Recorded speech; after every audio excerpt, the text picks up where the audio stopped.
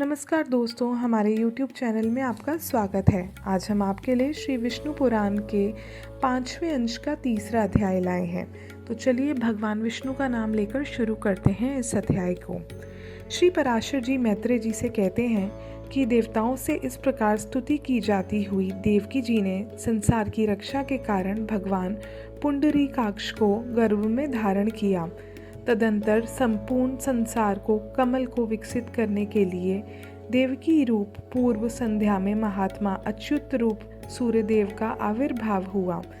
चंद्रमा की चांदनी के समान भगवान का जन्मदिन संपूर्ण जगत को आह्लादित करने वाला हुआ और उस दिन सभी दिशाएं अत्यंत निर्मल हो गईं। श्री जनार्दन के जन्म लेने पर संत जनों को परम संतोष हुआ। प्रचंड वायु शांत हो गया और नदियां अत्यंत स्वच्छ हो गईं। समुद्रगण अपने घोष से मनोहर बाजे बजाने लगे, गंधर्वराज गान गाने लगे और अप्सराएं नाचने लगीं। श्री जनार्दन के प्रकट होने पर आकाशगामी देवगण पृथ्वी पर पुष्प बरसाने लगे तथा शांत हुए यज्ञ अग्नि फिर प्रज्वलित हो गए। अर्धरात्रि के समय सर्वाधार भगवान जनार्दन के आविर्भूत होने पर पुष्प वर्षा करते हुए मेघगण मंद मंद गर्जना करने लगे। उन्हें खिले हुए कमल दल की सी आभा वाले चतुर्भुज और वृक्ष स्थल में श्रीवत्स चिन्ह सहित उत्पन्न हुए देख आनक दुर्दुम्बी वासुदेव जी स्तुति करने लगे। हे द्विजोत्तम महामति वासुदेव जी ने प्रसाद युक्त वचनों से भगवान की स्तुति कर कंस से भयभीत रहने के कारण इस प्रकार निवेदन किया और कहने लगे, यद्यपि आप साक्षात परमेश्वर प्रकट हुए हैं, तब भी हे देव मुझ पर कृपा करके अब अपने इस शंख चक्र गदाधारी दिव्य रूप का उपसंहार कीजिए। यह पता लगते ही कि आप मेरे इस गर्भ में अवतीर्ण हुए हैं, कंस इसी समय मेरा सर्वनाश कर देगा। देवकी जी कहती हैं, जो अनंत रूप और अखिल विश्व स्वरूप है, जो गर्भ में स्थित होकर भी अपने शरीर से संपूर्ण लोगों को धारण करता है तथा जिन्होंने अपनी माया से ही बाल रूप धारण किया है, वे देव हम पर प्रसन्न हो। आप अपने इस चतुर्भुज रूप का उपसंहार कीजिए। यह राक्षस के अंश से उत्पन्न कंस आपके इस अवतार का वृतांत ना जानने पाए। इस पर भगवान कहते हैं कि हे देवी, पूर्व जन्म में तूने जो पुत्र की कामना से मुझे प्रार्थना करी थी, आज मैंने तेरे गर्भ से जन्म लिया है। इससे तेरी वह कामना पूर्ण हो गई है। इसके बाद श्री पराशर जी मैत्रेय जी को बताते हैं कि ऐसा कहकर भगवान मौन हो गए तथा वासुदेव जी भी उन्हें उस रात्रि में ही लेकर बाहर निकले।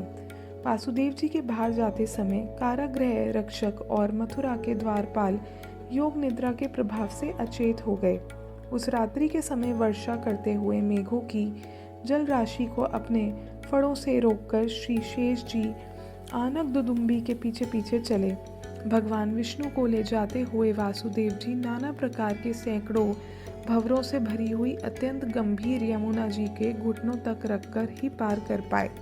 उन्होंने वहां यमुना जी के तट पर ही कंस को कर देने के लिए आए हुए नंद आदि वृद्ध गोपों को भी देखा।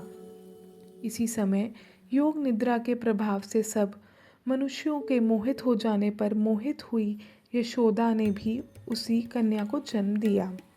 तब अतिशय कांतिमान वासुदेव जी भी उस बालक को सुलाकर और कन्या को लेकर तुरंत यशोदा के शयन गृह चले गए। यशोदा ने जागने पर देखा कि उसके एक नील कमल दल के समान श्याम वर्ण पुत्र उत्पन्न हुआ है, तो उसे अत्यंत प्रसन्नता हुई। उधर वासुदेव जी ने कन्या को ले जाकर अपने महल में देवकी के शयन गर्भ में सुला दिया और पूर्ववत स्थित हो गए। बालक के रोने का शब्द सुनकर कारागृह रक्षक सहसा उठ खड़े हुए और देवकी के संतान उत्पन्न होने का वृतांत कंस को सुना दिया। यह सुनते ही कंस ने तुरंत जाकर देवकी के रुंधे हुए कंठ से छोड़ ऐसा कहकर रोकने पर भी उस बालिका को पकड़ लिया और उसे एक शिला पर पटक दिया। उसके पटकते ही वह आकाश में स्थित हो गई और उसने शस्त्रयुक्त एक महान अष्टभुज रूप धारण कर लिया। तब उसने ऊंचे स्वर से अट्टहास किया और कंस से रोषपूर्वक कहा, अरे कंस, मुझे पटकने से तेरा क्या प्रयोजन सिद्ध होगा? जो तेरा वध करेगा उसने तो पहले ही जन्म ले लिया है। देवताओं के सर्वस्व वे हरि ही तुम्हारे काल नेमी रूप पूर्व जन्म में भी काल थे, अतः ऐसा जानकर तू शीघ्र ही अपना हित का उपाय कर। ऐसा कह वह दिव्य माला और चांदनी से विभूषिता तथा सिद्धगण द्वारा स्तुति की जाती हुई देवी भोजराज कंस के देखते देखते आकाश मार्ग से चली गई। इस प्रकार श्री विष्णु पुराण के 5वें अंश का तीसरा अध्याय समाप्त होता है। अगले यानी चौथे अध्याय में हम वासुदेव देवकी का कारागार से मोक्ष के बारे में वर्णन करेंगे। धन्यवाद।